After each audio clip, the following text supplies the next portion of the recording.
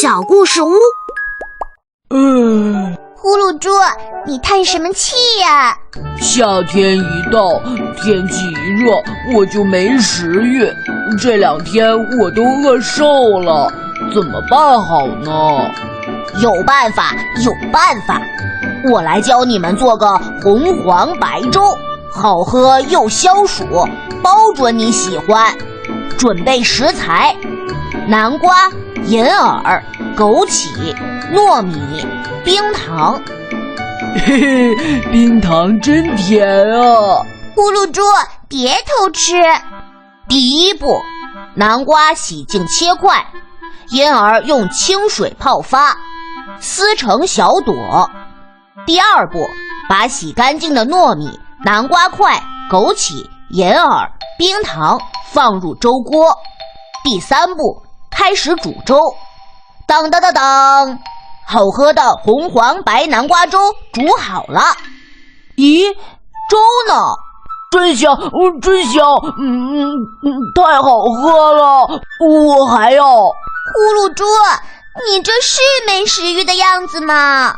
红袋鼠，粥都让呼噜猪喝了，我吃什么？这样吧，有请我的好朋友火帽子和跳跳蛙，再来教大家制作2款夏日当季美食。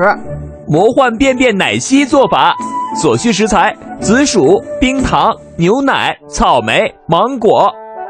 第一步，紫薯洗净，放在蒸锅里蒸熟，把蒸熟的紫薯去皮，切成丁。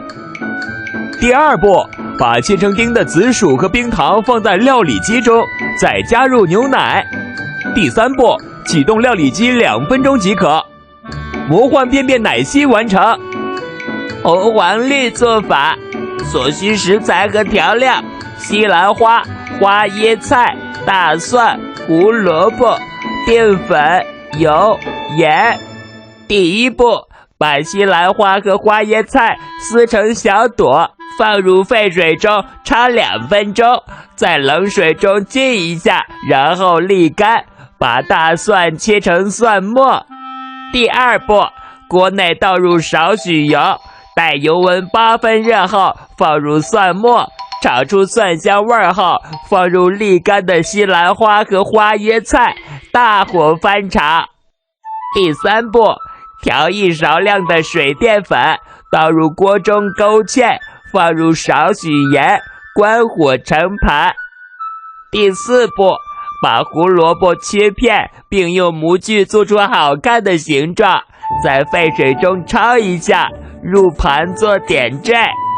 红黄绿完成。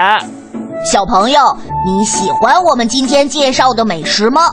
快和爸爸妈妈一起动手制作，把红袋鼠美食屋的美食带回家吧。小朋友们，今天的故事就讲到这里啦。如果你喜欢红袋鼠的故事，可以请爸爸妈妈帮忙点一下右上角订阅小故事屋，这样就能第一时间听到新故事啦。